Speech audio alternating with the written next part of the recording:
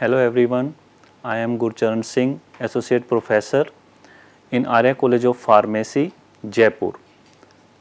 Students, आज का हमारा टॉपिक है non aqueous titration. Non aqueous titration. Last lecture में मैंने आपको टाइट्रेशन के बारे में बताया था। Titration is the reaction between the titrant and titrant. Titration जो है वो रिएक्शन है between the titrant and titrant.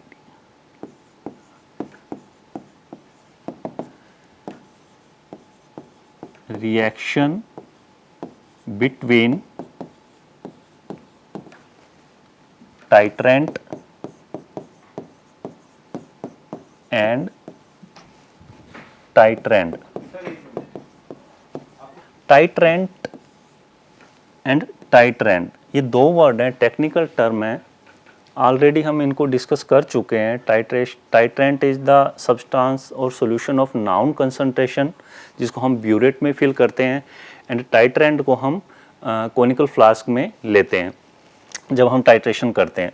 Main बात यहाँ आती है नॉन एक्वस की। What is the meaning of non aqueous? Non aqueous means other than water. Water का जब हम यूज करते हैं, वाटर वर्ड, उसके लिए टेक्निकल टर्म आती है एक्वस। नॉन एक्वस का मतलब होता है अदर देन वाटर, मतलब ऐसे सॉल्वेंट्स का हमने यूज करना है जिनमें वाटर का यूज नहीं होगा। जैसे नॉन एक्वस जो सॉल्वेंट्स हैं,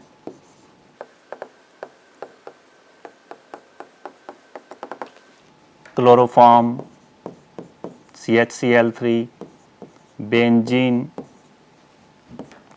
carbon tetrachloride CCl4, DMF dimethyl formamide, HF hydrogen fluoride, etc.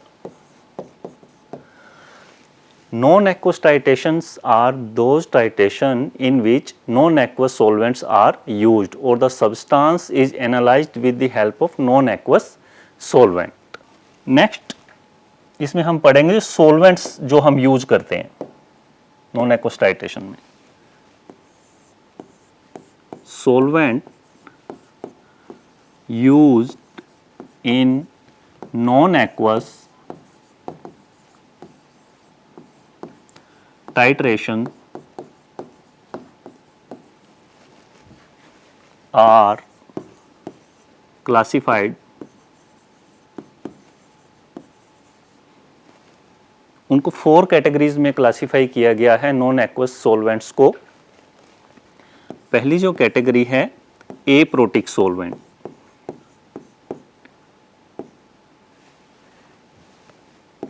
Aprotic solvent.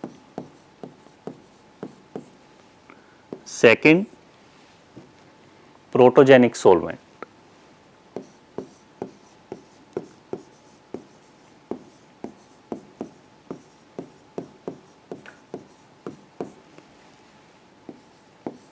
Third, protophilic solvent.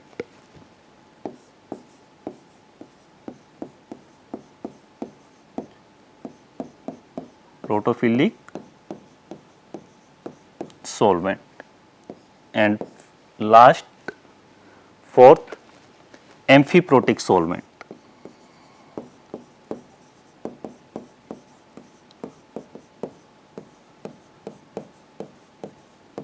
चार तरह के सॉल्वेंट्स होते हैं, 4 types of solvent which are used in non aqueous titration. Aprotic solvent, step by step हम इन्हें देखेंगे। Aprotic solvent,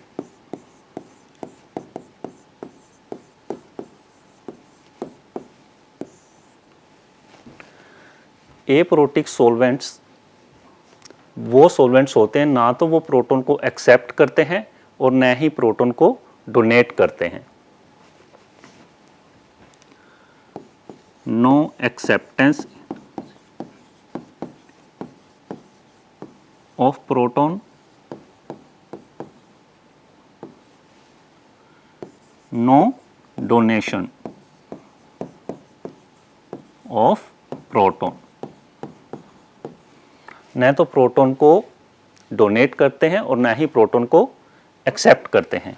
example है aprotic solvents का carbon tetrachloride, benzene etcetera. Next, protogenic solvent. Protogenic, genic का मतलब होता है जनरेट करने वाला, प्रोड्यूस करने वाला। These are the solvents which generate proton. These are the solvents which generate proton. Proton को जनरेट करते हैं। They are acidic in nature, they are acidic in nature. Third point, they increase the strength of weak base. They increase the strength of weak base. weak base की strength को increase करते हैं। Example हम लेंगे protogenic solvents के, hydrogen fluoride, HCl, H2SO4 जो sulphuric acid है। These are the example of protogenic solvent. Next आता है protophilic solvent. Protophilic solvent, philic का मतलब होता है लविंग, प्रोटॉन से प्यार करने वाला। मीन्स ये प्रोटॉन को एक्सेप्ट करेंगे। These are the solvents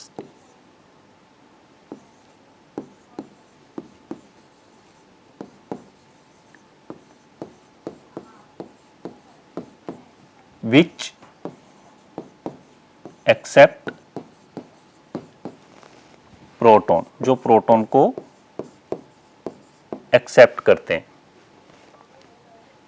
second point, they increase the strength of weak acid. They increase the strength of weak acid. They are basic in nature.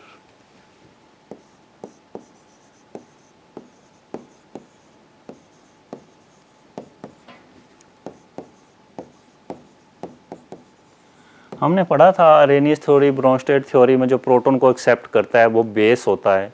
तो ये प्रोटॉन को एक्सेप्ट कर रहे हैं, प्रोटॉन को फिलिक मीन्स प्रोटॉन से प्यार करते हैं, ठीक है। They are basic in nature, proton को एक्सेप्ट करेंगे तो वो क्या, किस नेचर के हो जाएंगे, बेसिक नेचर के हो जाएंगे। एग्जाम्पल मैं ऊपर लिख देता हूँ, NH3 ammonia, amines, these are the protophilic solvent. एक और भी है DMF, dimethyl formamide, DMF, dimethyl formamide, इसे हम शॉर्ट में DMF भी बोलते हैं। These are the examples of protophilic solvent. Next आता है हमारा amphiprotic solvent. Amphiprotic solvent, amphiprotic, amphiprotic का मीन्स होता है, एम्फी का मीनिंग होता है दोनों साइड चलने वाला, ओके। एम्फीबियंस आपने सुना होगा, बायो के स्टूडेंट्स ने सुना होगा, जो स्टूडेंट्स बायो से हैं। एम्फीबियंस जो अपने पानी में भी रहते हैं और पानी से बाहर भी रहते हैं। एम्फीबियन उनके लिए वर्ड यूज करते हैं। वैसे ही यहाँ पे एम्फीप्रोटिक, एम्फीप्रोटिक का मतलब है प्रोटॉन को एक्सेप्ट भी कर सकता है और प्रोटॉन को डोनेट भी कर सकते हैं ये।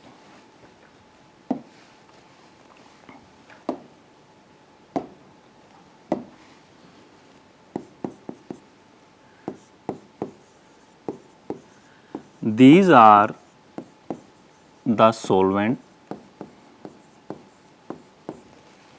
which can accept प्रोटॉन, जो प्रोटॉन को एक्सेप्ट कर सकते हैं, and also they can donate A proton, जो प्रोटॉन को एक्सेप्ट भी कर ले और प्रोटॉन को डोनेट भी कर दे। एम्फीप्रोटिक, यहाँ पर टेक्निकल टर्म्स, टेक्निकल जो वर्ड्स होते हैं उनका बहुत इंपॉर्टेंट रोल होता है। Aprotic, protogenic, genic means generate करने वाला, फिलिक मीन्स एक्सेप्ट करने वाला, loving, amphi means both side चलने वाला, जो प्रोटॉन को एक्सेप्ट भी कर ले और प्रोटॉन को डोनेट भी कर ले। इन टेक्निकल टर्म्स का आपने थोड़ा ध्यान रखना है स्टडी करते वक्त। एग्जाम्पल है इसका एसिटिक एसिड, वाटर का या मॉइस्चर का एब्सेंस होना चाहिए जब हम नॉन एक्वस टाइट्रेशन करते हैं, बिकॉज वाटर की प्रेजेंस में जो शार्पनेस है एंड पॉइंट की वो नहीं आ पाती है, तो एंड पॉइंट का डिटेक्शन बहुत मुश्किल हो जाता है। इसलिए जितने भी ग्लासवेयर्स का यूज़ करना है आपने, ब्यूरेट, कोनिकल, पिपेट, बीकर, और आप पोटेंशियोमीट्री से कर रहे हैं नॉन एक्वस टाइट्रेशन, तो जो बीकर यूज़ करेंगे वो भी बिल्कुल ड्राई होना चाहिए ताकि किसी भी तरह का हमारे एंड पॉइंट के डिटेक्शन में प्रॉब्लम न हो। नेक्स्ट आता है classification of non aqueous titration. Classification of non aqueous titration. Non aqueous titration का क्लासिफिकेशन, दो कैटेगरीज में नॉन एक्वस टाइट्रेशन को क्लासिफाई किया गया है। फर्स्ट इज एसिडिमेट्री,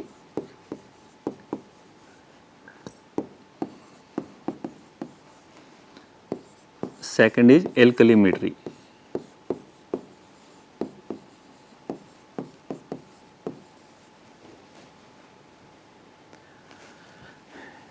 इनको स्टेप बाय स्टेप अभी हम देखेंगे। एसिडिमेट्री, पहला जो टाइप है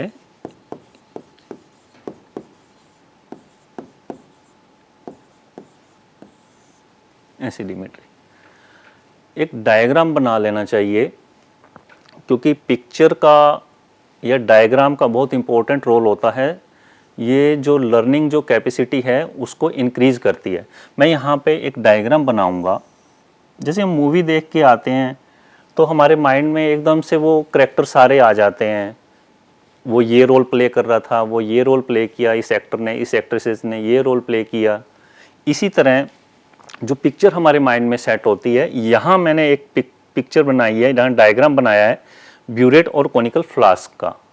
जब भी आपने डायग्राम बनाना है ब्यूरेट का तो एक स्टैंड जरूर आप शो करेंगे, कोनिकल के नीचे आप एक बेस को जरूर शो करेंगे।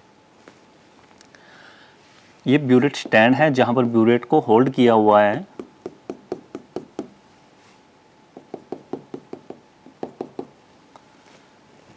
एसिडिमेट्री में ये जो टाइट्रेंट होता है हमारा, टाइट्रेंट,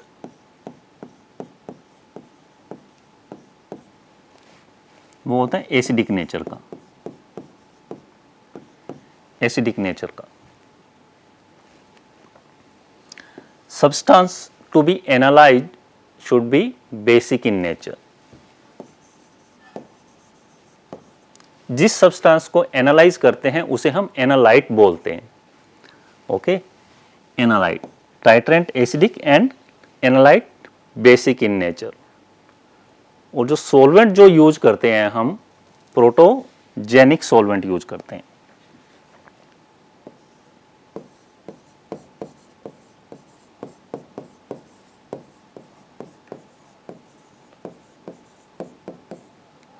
प्रोटोजेनिक सॉल्वेंट का यूज करते हैं।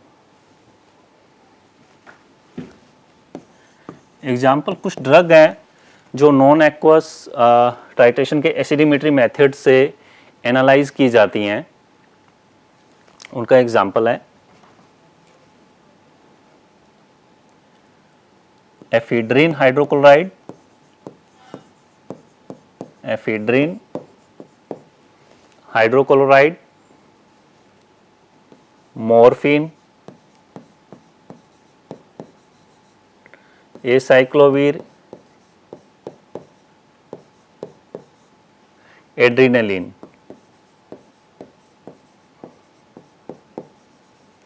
These are the some examples which are acid or estimated by acidimetric non-aqueous titrations. Next, alkalimetry. Non-aqueous का ही टाइप है alkalimetry। यहाँ फिर मैं एक डायग्राम बनाऊंगा ब्यूरेट का, कोनिकल का। ओके, ये मैं मैनुअल डायग्राम बना रहा हूँ, हो सकता है टाइट्रेशन पोटेंशियोमीटर से भी हो। ठीक है, आपको थोड़ा ध्यान रखना है।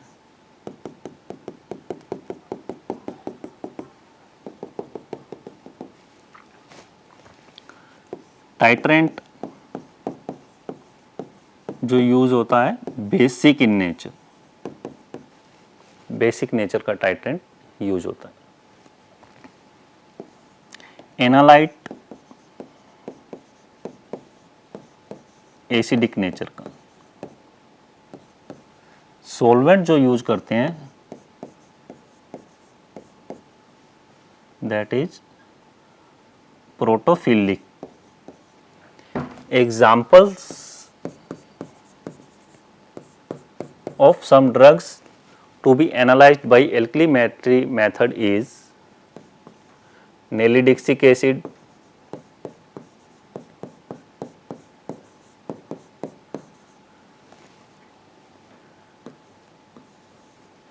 mercaptopurine,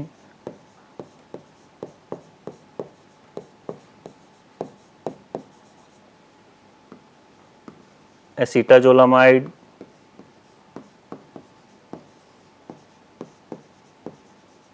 these are the some examples of drugs which are acid or analyzed by alkalimetry method. अब हम करेंगे एस्से ऑफ एफिड्रिन हाइड्रोक्लोराइड जो नॉन एक्वस टाइट्रेशन से हम करते हैं।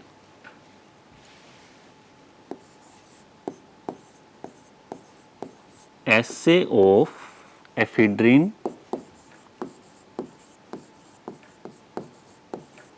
Hydrochloride.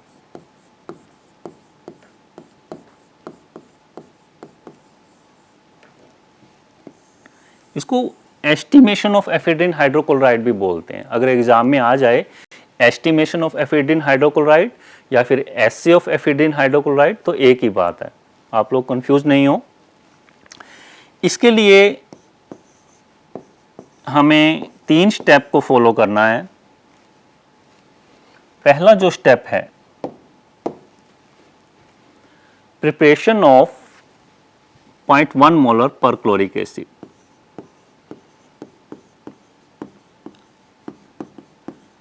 Preparation of 0.1 molar perchloric acid. Perchloric acid का formula है HClO4। सेकंड, स्टैंडर्डाइजेशन ऑफ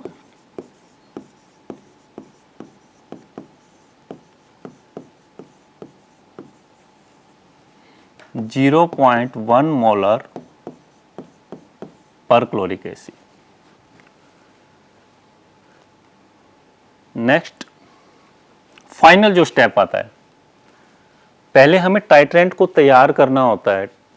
जितने भी सॉल्वेंट हैं, जितने भी रिएजेंट हैं, हमें प्रिपेयर करके रखने पड़ेंगे। हमारा जो टाइट्रेंट है वो पर क्लोरिक एसिड है यहाँ पे, जो हम ब्यूरेट में फिल करेंगे।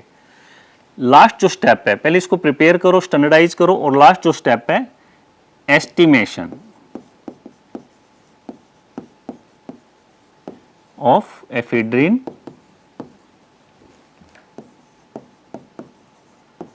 हाइड्रोक्लोराइड।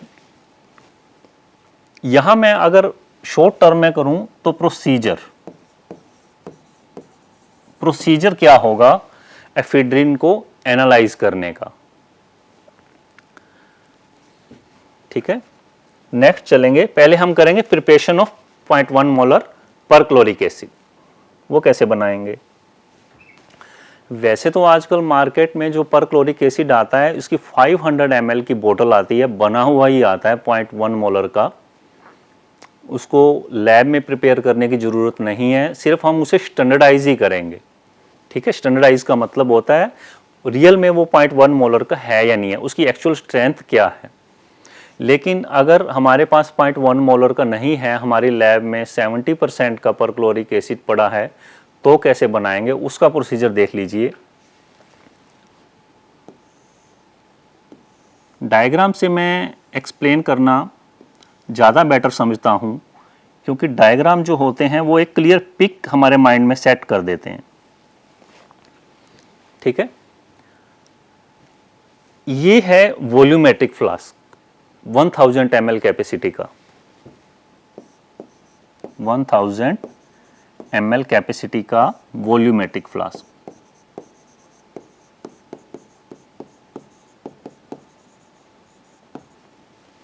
सबसे पहले इसे लेंगे, इसको वॉश करेंगे, ड्राई करेंगे, क्लीन करेंगे और फिर ड्राई करेंगे। ड्राई करना बहुत ज़रूरी है, मॉइस्चर का तो प्रेजेंस होना भी नहीं चाहिए। ठीक है, इसमें 900 ml हम एसिटिक एसिड को ट्रांसफ़र करेंगे। 900 ml एसिटिक एसिड को ट्रांसफ़र करेंगे। अब आप ये सोच रहे होंगे कि 900 ml किससे लेंगे? इसके लिए हम मेजरिंग सिलेंडर का यूज़ करते हैं। मेजरिंग सिलेंडर जो होता है सिलिंड्रिकल शेप का कंटेनर होता है, ग्लास और प्लास्टिक का बना होता है। ठीक है, ये लैब में अक्सर होता है। इसके ऊपर मार्किंग दे रखी होती है, ये 10 ml से लेके 50 ml, 100 ml, 500 ml, 1000 ml capacity का होता है। 900 ml एसिटिक एसिड हम फिल करके इसके अंदर ट्रांसफ़र कर देंगे वॉल्यूमेट्रिक फ्लास्क के अंदर। हम यहाँ प्रिपरेशन कर रहे हैं 0.1 मोलर परक्लोरिक एसिड का। इसके बाद हम इसमें 8.5 ml 70% का परक्लोरिक एसिड ऐड करेंगे। 8.5 ml 70% का परक्लोरिक एसिड। इसको मिक्स करेंगे अच्छे से। मिक्सिंग बड़े केयरफुली करनी है, प्रिकॉशंस यूज करने हैं। जब आप इसको मिक्स कर रहे होंगे तो अपनी आंखों को अवॉइड करना है। अगर सामने कोई एनालिस्ट है तो उसे भी अवॉइड करना है, उसकी आंखों का, उसका भी आपने ध्यान रखना है। बिल्कुल केयरफुली मिक्सिंग करनी है, धीरे धीरे। जब ये मिक्स हो जाएगा तो इसमें हम 30 ml एसिटिक एनहाइड्राइड ऐड करेंगे। एसिटिक एनहाइड्राइड को ऐड करना है। इसको कुछ समय के लिए हमने रख देना है। इसको भी अच्छे से मिक्स करेंगे। एंड फाइनली देखिए, वॉल्यूमेट्रिक जो फ्लास्क होता है यहां पर इस तरह का है, इस जगह पर मार्किंग होती है। यहां पे ये जो मार्किंग है ये इंडिकेट करती है, इसकी नेक पर ये मार्किंग इंडिकेट करती है कि इतनी जो कैपेसिटी है यहां से लेके यहां तक वो 1000 ml की कैपेसिटी है। ये 1000 ml सॉल्वेंट को होल्ड कर सकता है। यहां हमने 900 ml एसिटिक एसिड का यूज किया है, 8.5 ml 70% परक्लोरिक एसिड का यूज किया है, 30 ml एसिटिक एनहाइड्राइड का यूज किया है हमने। अब जो रिमेनिंग पोर्शन है, जो रिमेनिंग पार्ट है, इसका जो वॉल्यूम 1000 ml कंप्लीट होने से रह गया, उसके लिए हम एसिटिक एसिड का यूज करेंगे और फाइनली जो वॉल्यूम मेकअप करेंगे हम एसिटिक एसिड के साथ करेंगे। फाइनली मेकअप द वॉल्यूम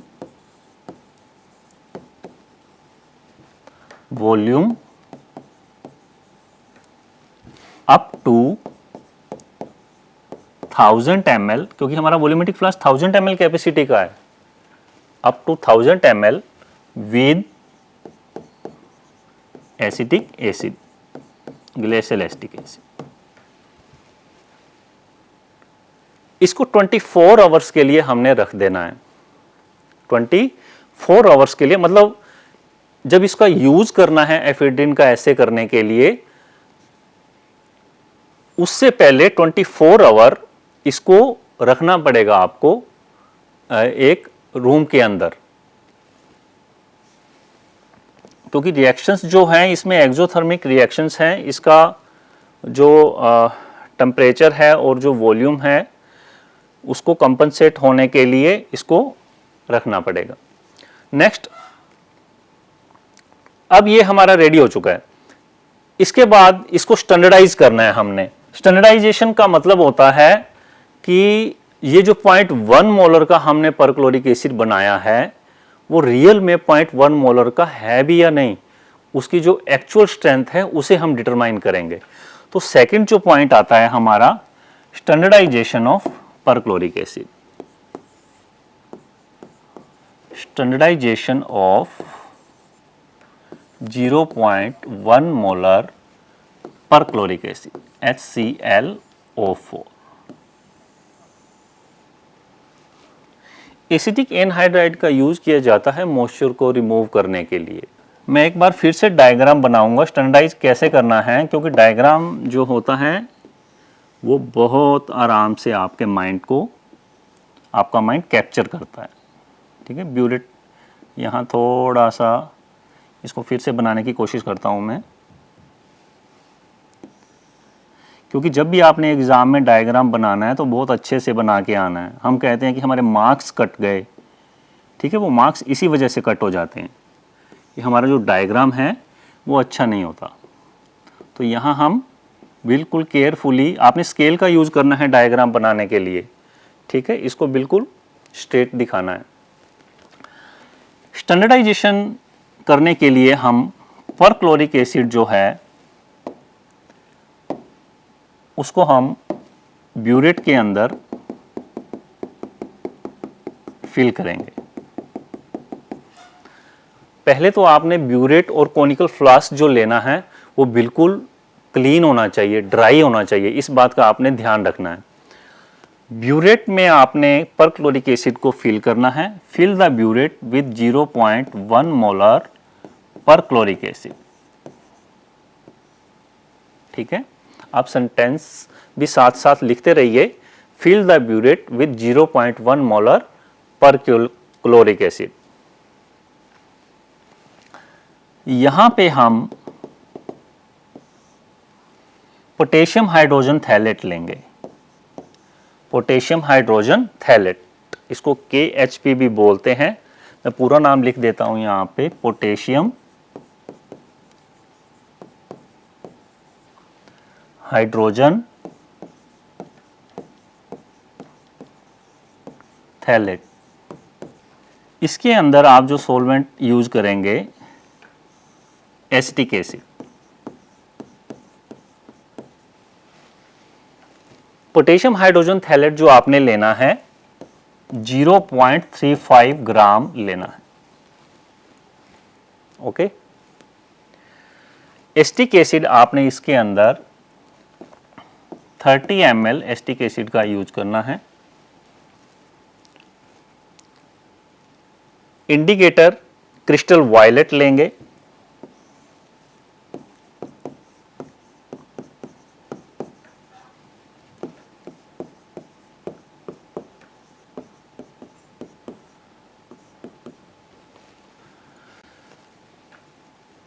पहली लाइन आपने ये बतानी है कि clean all the glassware, dry the glassware, then weigh accurately potassium hydrogen thalate 0.35 gram on a weighing transfer it into a conical flask, add 30 ml of acetic acid in it and crystal violet indicator 2 to 3 drop in the conical flask.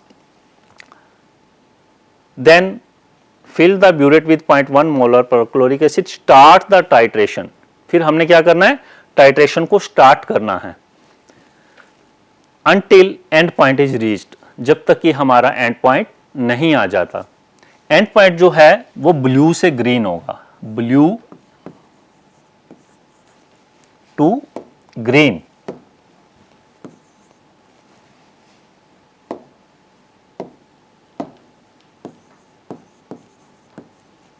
जब green colour हमारा and point आ जाए means हमारी titration complete हो चुकी है. और volumetric analysis है तो यहां जो परक्लोरिक एसिड जितना यूज हुआ है 10 ml, 20 ml, 30 ml, वो वॉल्यूम हमने मेजर करना है, वो वॉल्यूम हम चेक करेंगे और उसे अपनी कैलकुलेशन में पुट करेंगे अपनी वैल्यू को. तो ये है standardization of 0.1 molar perchloric acid. अब हमारा टाइट्रेंट प्रिपेयर हो गया, परक्लोरिक एसिड टाइट्रेंट का स्टैंडर्डाइजेशन हो गया. थर्ड जो पॉइंट मैंने बताया था प्रोसीजर, एफिड्रिन का ऐसे कैसे करना है उसका procedure. Procedure assay of ephedrine hydrochloride. Ephedrine hydrochloride को डिटरमाइन करने का प्रोसीजर. रिक्वायरमेंट देख लीजिए पहले क्या क्या रिक्वायरमेंट हैं. Non aqueous titration as compare to aqueous acid based titration, थोड़ा प्रिकॉशन इसमें ज़्यादा लेना है क्योंकि मॉइस्चर का जो प्रेजेंस है हमारे एंड पॉइंट को लॉस्ट कर सकता है. शार्पनेस है जो एंड पॉइंट की वो लॉस्ट हो सकती है इसमें. तो जो रिक्वायरमेंट है उसके लिए जो भी ग्लासवेयर्स आपने यूज करने हैं ड्राई और क्लीन होने चाहिए. ड्राई वर्ड मैं बार बार यूज कर रहा हूं क्योंकि नॉन एक्वस टाइट्रेशन है ये.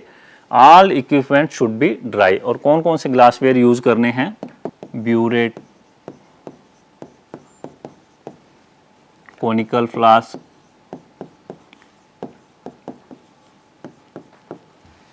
Beaker, pipette, indicator. मैं यहाँ पे कॉमन लिख रहा हूँ, रिक्वायरमेंट में सब आ जाता है, केमिकल भी आ जाते हैं और ग्लासवेयर भी आ जाते हैं. आप इसको इंडिविजुअली भी दे सकते हैं, केमिकल रिक्वायरमेंट, ग्लासवेयर रिक्वायरमेंट. मैंने रिक्वायरमेंट वर्ड देके यहाँ पर कॉमन कर दिया है जिसमें मैं केमिकल को भी और ग्लासवेयर्स को भी इकट्ठा ही यहाँ पे इंक्लूड कर रहा हूँ. Mercuric acetate,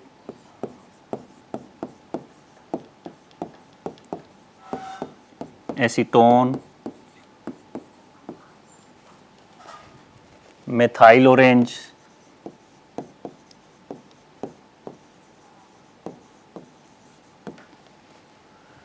weighing balance.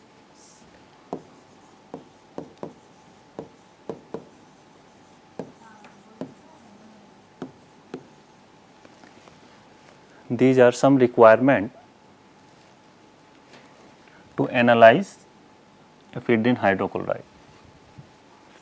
Fill the burette, procedure देखिए. Fill the burette with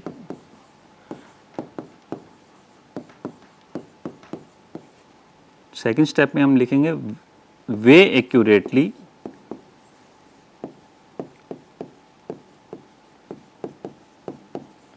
0.17 gram. 0.17 gram means 170 milligram.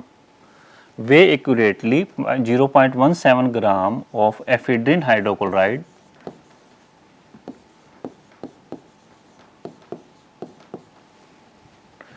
and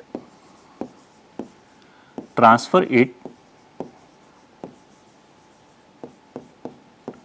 to a conical flask. एक conical flask में आपने इसे ट्रांसफर कर देना है. add 10 ml mercuric acetate solution.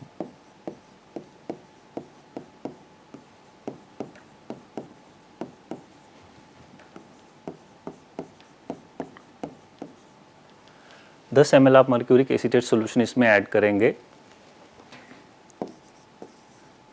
Add 2-3 drop of methyl orange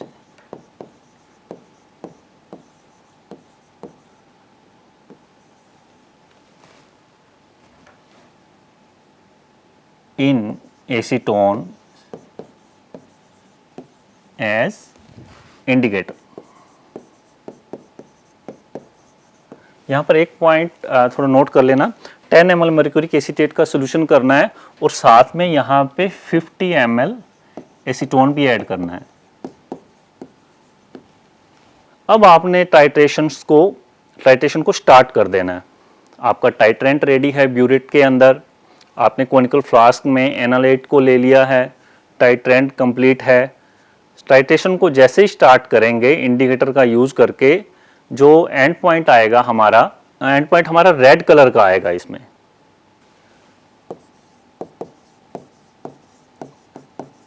and point जो आएगा हमारा रेड कलर का.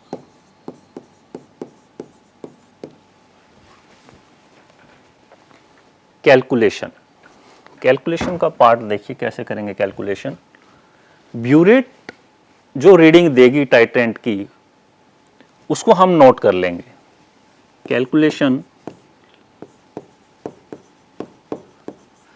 एसए की है, ये एफिड्रिन के एसए की, और एसए होता है परसेंट प्योरिटी को डिटरमाइन करना, to determine the percent purity of the substance. BR का मतलब होता है burette reading into actual molarity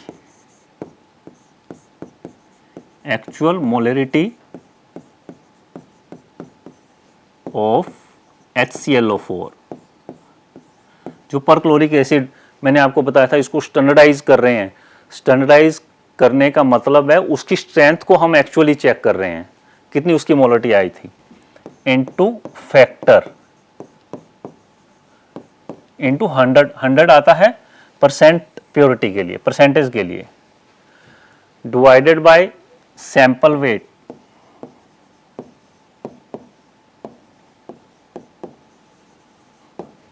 into 0.1. 0.1 nominated जो मोलरिटी है, एक्चुअल तो ऊपर आ जाएगी. सपोज हमने स्टैंडर्डाइज किया, एक्चुअल आई हमारी 0.1002 मोलर, तो ये वाली जो 0.1002 है वो ऊपर फार्मूले में आएगी और नीचे 0.1 ही आएगा. तो इस तरह से हम कैलकुलेशन करेंगे एफिड्रिन हाइड्रोक्लोराइड के एसए की. इसके बाद आता है नेक्स्ट जो एसए आता है सोडियम बेंजोएट का आता है, जो नॉन एक्वस टाइट्रेशन से करते हैं.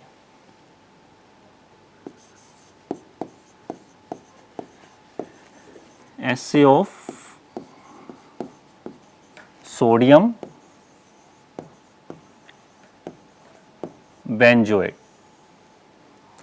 इसके लिए भी 3 स्टेप आपको फॉलो करने हैं. Preparation of 0.1 molar HClO4, standardisation,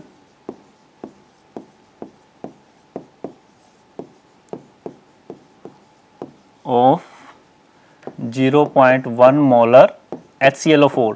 यहां मैं अभी इसको एक्सप्लेन नहीं करूंगा क्योंकि मैंने इसको एफिड्रिन के एसए में एक्सप्लेन किया है. अभी ये 2 स्टेप अभी मैं एक्सप्लेन नहीं करूंगा.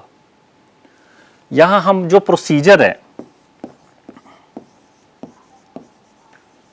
Of sodium benzoate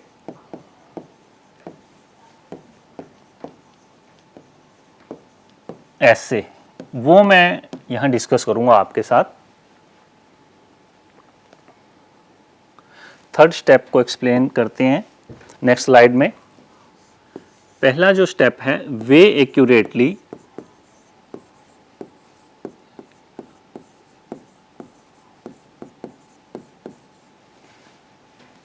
0.25 gram, 0.25 gram is 250 milligram, 0.25 gram of sodium benzoate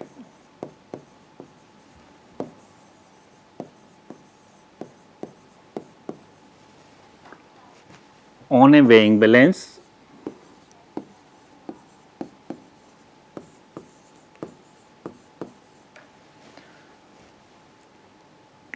transfer it to a conical flask.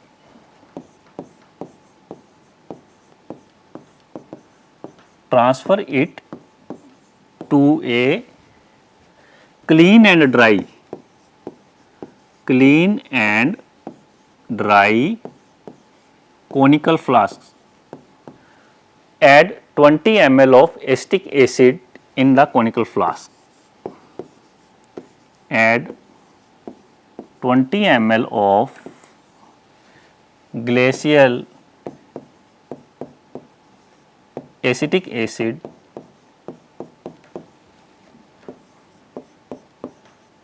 in conical flask. Fill the burette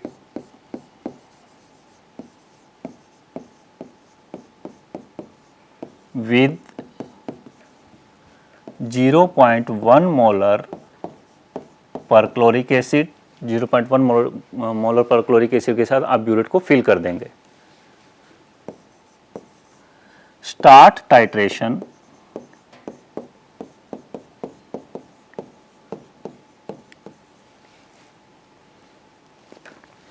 using 1 naphthol benzene as indicator. बहुत simple है. आपने sodium benzoate को weighing balance पे weigh करना है 0.25 gram 250 milligram. उसको conical flask में आपने ट्रांसफ़र कर देना है जो कि ड्राई होना चाहिए. फिर उसमें 20 ml आपने ग्लेशियल एसिटिक एसिड को ऐड करना है. ब्यूरेट को फिल करना है 0.1 मोलर परक्लोरिक एसिड के साथ अप टू मार्क और टाइट्रेशन को स्टार्ट कर देना है आपने 1 नेफ्थॉल बेंजोइन इंडिकेटर का यूज करते हुए. एंड पॉइंट जो हमारा आएगा वो ग्रीन कलर का आएगा. And point green colour. वो जो वॉल्यूम कंज्यूम होगा 0.1 मोलर पर क्लोरिक एसिड उसे हम नोट करेंगे और अपनी कैलकुलेशन में वैल्यू को पुट कर लेंगे. नेक्स्ट स्लाइड में अभी हम देखते हैं इसकी कैलकुलेशन. सोडियम बेंजोएट का जो हमने ऐसे किया है इसकी कैलकुलेशन कैसे करेंगे. सेम फॉर्मूला है कैलकुलेट करने का. आपको बस ब्यूरेट रीडिंग को पुट करना है इस स्लाइड में.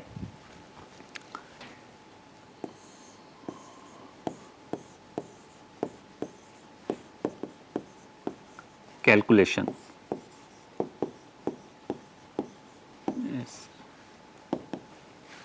सोडियम बेंजोएट फॉर्मूला देखिए. Br मीन्स ब्यूरेट रीडिंग जो हमारा टाइट्रेंट यूज हुआ है into actual molarity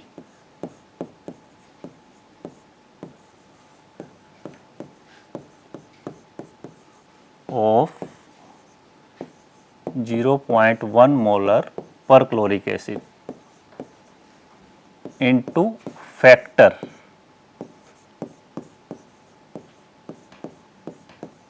multiplied by 100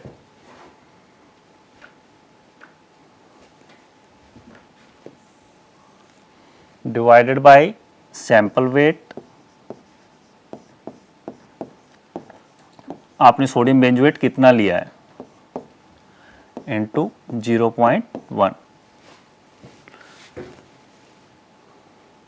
okay students, ये है हमारी नॉन एक्वस टाइट्रेशन कंप्लीट हो चुकी है. नेक्स्ट क्लास में हम नए टॉपिक के साथ मिलेंगे. Good bye, take care.